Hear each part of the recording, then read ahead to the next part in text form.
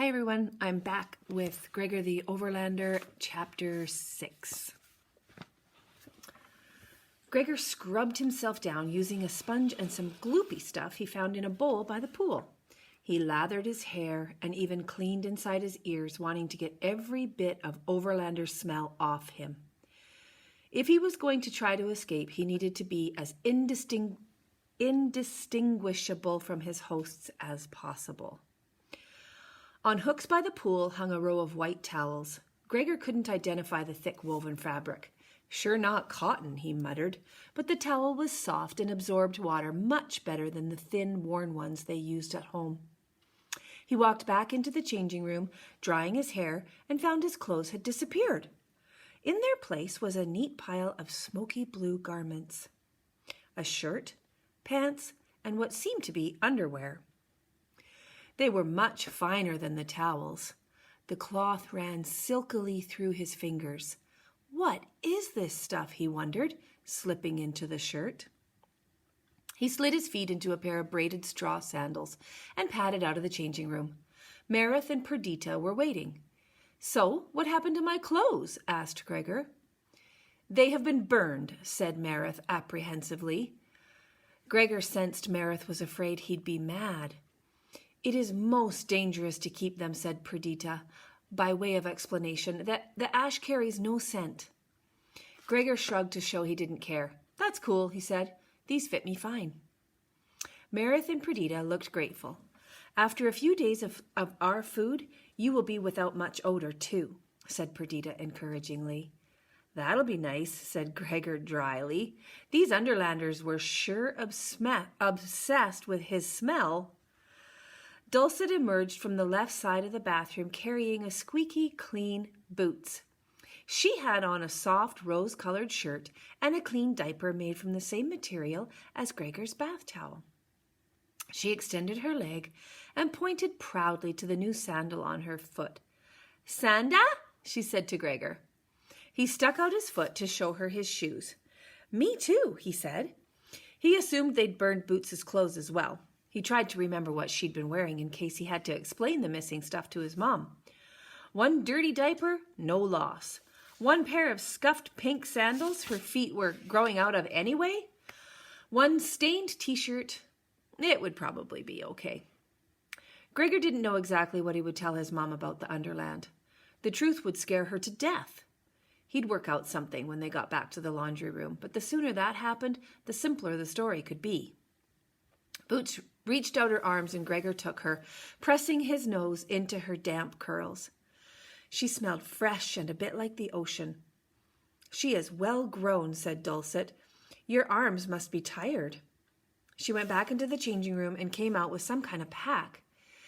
It fitted on his back with straps, and Boots could ride in it looking over his shoulder. He had seen people carrying kids in specially designed backpacks, but his family didn't have money for that sort of stuff. "Thanks," he said casually, but he was secretly elated. It would be a lot easier to escape with Boots in a backpack than in his arms. Dulcet led them up several staircases and through a maze of halls. They eventually wound up in a long room that opened out to a balcony. "We call this the High Hall," said Dulcet. "I think you guys forgot the roof," said Gregor. While the walls were decorated with the greatest care, there was nothing but the black cavern above their heads. Dulcet laughed. "Oh no, it is meant to be so. We entertain here often, and many bats can arrive at once." Gregor imagined the bottleneck 100 bats would cause trying to get in the door downstairs. He could see the advantage of a bigger landing strip. Vicus was waiting for them by the balcony with an older woman. Gregor guessed she might be around his grandma's age, but his grandma was stooped and moved painfully from arthritis. This woman stood very straight and looked strong. "Gregor and Boots the Overlanders, my wife, Sola," said Vicus. "Hey," said Gregor, "nice to meet you." But the woman stepped forward and offered both her hands to him. The gesture surprised him. No one else had made any effort to touch him since he'd landed. "Welcome, Gregor. Welcome, Boots," she said in a low, warm voice. "It is an honor to have you among us." Thanks, Gregor mumbled, confused because she was throwing his prisoner status off balance. She really made him feel like someone special. Hi, you, said Boots, and Solivet reached up to pat her cheek. Vicus tells me you are very anxious to return home.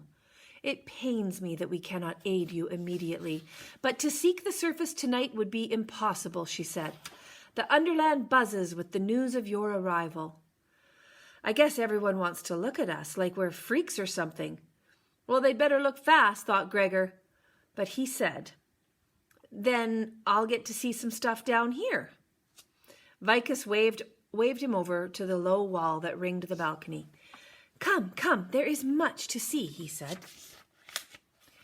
Gregor joined Vicus at the wall and felt his stomach lurch. He involuntarily took a few steps backward. The balcony, it seemed, hung out over the side of the palace. Only the floor separated him from the dizzying drop. Do not fear, it is well built, said Vicus. Gregor nodded but didn't move forward again. If the thing started collapsing, he wanted to be able to make it back to the high hall. I can see fine from here, he said, and he could. Regalia was even more impressive from above. On the ground, he couldn't see that the streets, which were paved in various shades of stone, were laid out in a complex geometric pattern so that the city looked like a giant mosaic. He also hadn't realized how big the place was. It extended out several miles each direction. How many people live down here? Asked Gregor. We number 3,000 or so, said Vicus. More if the harvest reaps well. 3,000?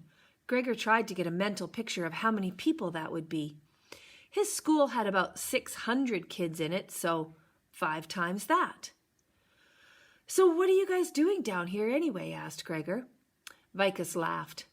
We are amazed it has taken you so long to ask. Well, it is a marvelous tale, said Vicus, taking a deep breath to begin it. Once, many years ago, there lived... Vicus, interrupted Solivet. Perhaps the tale would go well with supper. Gregor silently thanked her. He was starving. And he had a feeling Vicus wasn't the kind of guy to leave out any details.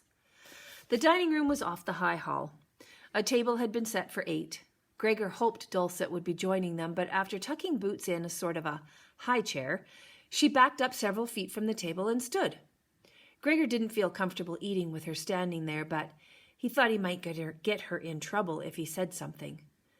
Neither Vicus nor Solivet took a chair, so Gregor decided to wait too. Soon, Luxa swept into the room in a dress that was a lot fancier than the clothes she'd worn in the stadium. Her hair was loose and fell like a shiny silver sheet to her waist. She was with a guy who Gregor guessed was about 16. He was laughing at something she'd just said. Gregor recognized him from the stadium. It was the rider who'd felt cocky enough to lie down on his bat as they'd swirled around his head. Another show-off, thought Gregor. But the guy gave him such a friendly look that Gregor decided not to jump to conclusions. Luxa was annoying, but most of the other Underlanders were okay. My cousin Henry, said Luxa shortly, and Gregor wanted to laugh. Here among all these strange names was a Henry. Henry gave Gregor a low bow and came up grinning. Welcome, Overlander, he said. Then he grabbed Gregor's arm and spoke in his ear in a dramatically hushed voice. Beware the fish, for Luxa plans to poison you directly. Vicus and Solivet laughed, and even Dulcet smiled. It was a joke. These people actually had a sense of humor. Beware your fish, Henry, returned Luxa. I gave orders to poison scoundrels, forgetting you would be dining as well. He winked at Gregor. Switch plates with the bats, he whispered. And at that moment, 2 bats swooped into the room from the high hall. Ah, the bats! Gregor recognized the golden bat Luxa had been riding earlier. A large gray bat fluttered into a chair near Vicus, and everyone else took a seat. Gregor the Overlander, meet you Aurora and Euripides. They are bonded to Luxa and myself, said Vicus, extending a flexed hand to the gray bat on his right. Euripides brushed the hand with his wing. Luxa and her golden bat, Aurora, performed the same exchange. Gregor had thought the bats were like horses, but now he could see they were equals. Did they talk? Greetings, Overlander, said Euripides in a soft, purring voice. Yeah, they talked. Gregor began to wonder if his fish dinner would want to chat as he sliced into it. Nice to meet you, said Gregor politely. What does that mean that you've bonded together? Or to each other? Soon after we arrived in the Underland, we humans formed a special alliance with the bats, said Sola. Both sides saw the obvious advantages to joining together, but beyond our alliance, individual bats and humans may form their own union. That is called bonding. And what do you do if you're bonded to a bat? Asked Gregor. I mean, besides play ball games together. There was a pause in which glances were exchanged around the table. He'd said something wrong again. You keep each other alive, said Luxa coldly. It had seemed like he was making fun of something serious. Oh, I didn't know, said Gregor. Of course you did not, said Sola, shooting a look at Luxa. You have no parallel in your own land. And do you bond with the crawlers too? Gregor asked. Henry snorted in laughter. I would as soon bond with a stone. At least it could be counted on to not to run away in battle. Luxa broke into a grin. And perhaps you could throw it. I suppose you could throw a crawler. But then I would have to touch it, said Henry, and the two cracked up. The crawlers are not known for their fighting ability, said Vicus, by way of explanation to Gregor. Neither he nor Sola were laughing. He turned to Luxa and Henry. Yet they live on. Perhaps when you can comprehend the reason for their longevity, you will have more respect for them. Henry and Luxa attempted to look serious, although their eyes were still laughing. It is of little consequence to the crawlers whether I respect them or not, said Henry lightly. Perhaps not, but it is of great consequence whether Luxa does. Or so it will be in some 5 years when she comes of age to rule, said Vicus. At that time, foolish jokes at the crawler's expense may make the difference between our existence and our annihilation. They do not need to be warriors to shift the balance of power in the Underland. This sobered Luxa up for real, but it killed the conversation. An awkward pause stretched into an embarrassing silence. Gregor thought he understood what Vicus had meant. The crawlers would make better friends than enemies, and humans shouldn't go around insulting them. To Gregor's relief, the food arrived, and an Underlander's servant placed a half-circle of small bowls around him. At least 3 contained what looked like various types of mushrooms. One had a rice-like grain, and the smallest contained a handful of fresh greens. He could tell by the skimpy portion that the leafy stuff was supposed to be a big treat. A platter with a whole grilled fish was set in front of him. The fish resembled the ones Gregor was used to, except it had no eyes. He and his dad had once watched a show on TV about fish that lived way down deep in some cave and didn't have eyes either.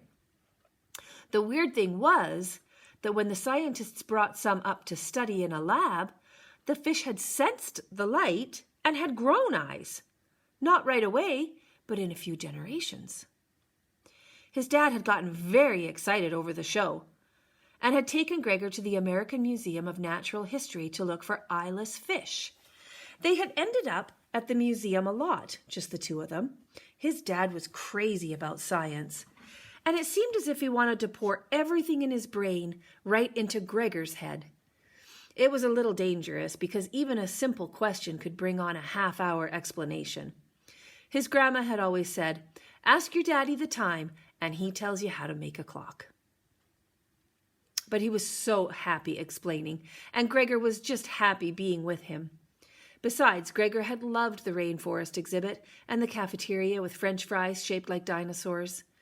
They had never really figured out how the fish had known to grow eyes. His dad had had some theories, of course, but he couldn't explain how the fish had been able to change so fast. Gregor wondered how long it took people to become transparent with purple eyes. He turned to Vicus. "So you were going to tell me how you got down here?" While Gregor tried not to wolf his food, which turned out to be delicious, Vicus filled him in on the history of Regalia. Not all of it was clear, but it seemed the people had come from England in the 1600s. Yes, they were led here by a stonemason, one Bartholomew of Sandwich, said Vicus, and Gregor had to work to keep a straight face. He had visions of the future. He saw the Underland in a dream, and he set out to find it. Sandwich and a group of followers had sailed to New York, where he got on famously with the local tribe. The Underland was no secret to the Native Americans, who had made periodic trips below the earth for ritual purposes for hundreds of years. They had little interest in living there and didn't care if Sandwich was mad enough to want to. Of course, he was quite sane, said Vicus. He knew that one day the earth would be empty of life, except what was sustained beneath the ground. Gregor thought it might be rude to tell Vicus that billions of people lived up there now. Instead, he asked, "So everybody just packed up and moved down here?" Heavens no, it was 50 years before the 800 were down and the gates to the Overland sealed. We had to know we could feed ourselves and have walls to keep us safe. Rome was not built in a day, Vicus laughed. This was how Fred Clark, the Overlander, said it. "What happened to him?" asked Gregor, spearing a mushroom. The table got quiet. "He died," said Sola softly. "He died without your son."